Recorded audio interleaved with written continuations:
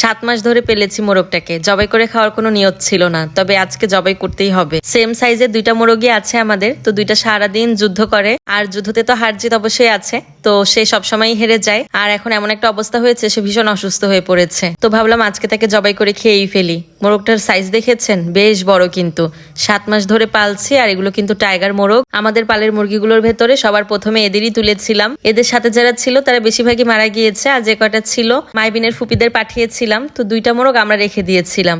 মাইবিনের ফুপিদের যখন দিয়েছিলাম তখন এক একটার ওজন প্রায় 1.5 থেকে 2 কেজির মতো ছিল, আর আমাদের এটার ওজন মাশাআল্লাহ দিলে এখন 3 থেকে 3.5 কেজি তো হবেই। তো ভেবেছিলাম মোরগটা মাটির চুলায় রান্না করব, তাড়াতাড়ি রান্নাও হয়ে যাবে আর খেতেও মজা লাগবে, কিন্তু সেটা সম্ভব হলো না। এসে দেখি চুলার অবস্থা 12টা। চুলা যখন তৈরি করা হয়েছিল তখন তারা লেপে দিয়ে গিয়েছিল, তো তারপরে আমরা আর কোনো কাজ করিনি, শুধু রান্নাই করেছি। তো এই কয়দিন রান্নার কারণে হিট বেশি পেয়েছে, তো মাটিগুলো ফেটে ফেটে গেছে, তো এখন না লেপে দিলে আর এটা ভালো থাকবে না, আর পাইপটাও ফেটে যাওয়ার সম্ভাবনা আছে। তো এই কারণে আজকে আমাদের কাকি দারুণ বুদ্ধি খাটিয়ে আমার কাজটা করে দিল।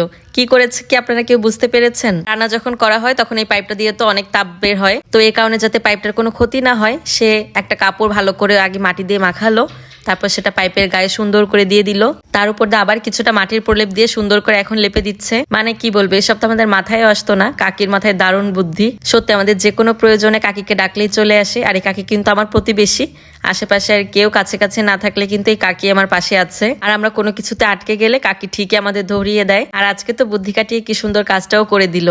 তো এদিকে কিন্তু আমাদের মুরগিটা রেডি করা শেষ, মানে কেটে ধুয়ে ভালো করে পরিষ্কার করে নিয়েছে ভাবি। এখানে কিন্তু মুরগির অর্ধেকটা পরিমাণ আজকে রান্না করছে, আর বাকি অর্ধেকটা রেখে দিয়েছে, কারণ মোরগটার সাইজটা তো দেখেছেন কত বিশাল না, এটা পুরোটা একদিনে রান্না করে খেতে পারবো না, এ কারণে অর্ধেকটা তুলে রেখেছে, আর অর্ধেকটা আজকে রান্না করব। এটা সুন্দর করে কষিয়ে ভালো করে রান্না করতে পারলে একদম দেশি মুরগির মতো স্বাদ লাগবে। তার কারণ আমরা শুধু ছোটবেলাতেই এদের ফিট খাইয়েছি, তারপরে যখন একটু বড় হয়ে গিয়েছে তখন বাহিরে ছেড়েই পেলেছে। বাহিরে ঘাস পোকামাকড় এমনি খাবার খেয়ে ওরা বড় হয়েছে, দেশি মুরগিরা যেভাবে বড় হয় আর কি।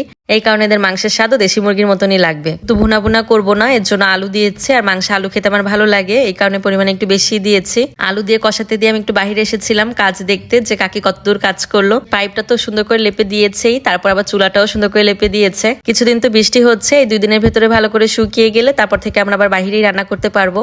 তো এদিকে কিন্তু ঝোলের জন্য পানি দিয়ে দেওয়া হয়েছে, আর পানি শুকিয়েও গেছে। এবার বলি এটা খেতে কেমন লেগেছে? পালের মুরগি বলে বলছি না, খেতে একদম দেশি মুরগির মতো স্বাদ লেগেছে, যে খেয়েছে সেই বলেছে অনেক মজা হয়েছে। অর্ধেকটা রেখে দিয়েছি, মাইবিনের বাবা পরে যখন ছুটিতে আবার আসবে তখন আবার রান্না করে খাবো। তো আজকেও বিকালে মাইবিনের বাবা 4-5টার মতো চারা নিয়ে এসেছিল, তো সেগুলো এখন লাগানো হচ্ছে। বললাম না তার ফল গাছের খুব শখ, তার ইচ্ছা তার বাড়ির আঙিনায় সব রকমের ফল গাছ থাকবে, এই কারণে যখন যেটা হাতের কাছে পাই নিয়ে আসে আর লাগিয়ে ফেলে। আর এখন সিজনটাই তো গাছ লাগানোর, দেখা যাক এই বছর কয়টা গাছ বেঁচে যায়। এই পর্যন্ত এই কয়দিনের ভেতরে প্রায় 10-12টা গাছ লাগানো হয়ে গেছে। সবগুলো গাছে যদি বেঁচে যায় তাহলে সত্যিই খুব খুশি হব। সন্ধ্যার দিকে মাইবিন পাগল করে দিচ্ছিল বার্গার খাবে, একদম সহজ করে বানিয়ে দিচ্ছে, যেহেতু শসা পেঁয়াজ কিছুই খায় না, যেভাবে খেতে চেয়েছে সেভাবেই বানিয়ে দিয়েছি, কিন্তু খেতে আসলে পারিনি।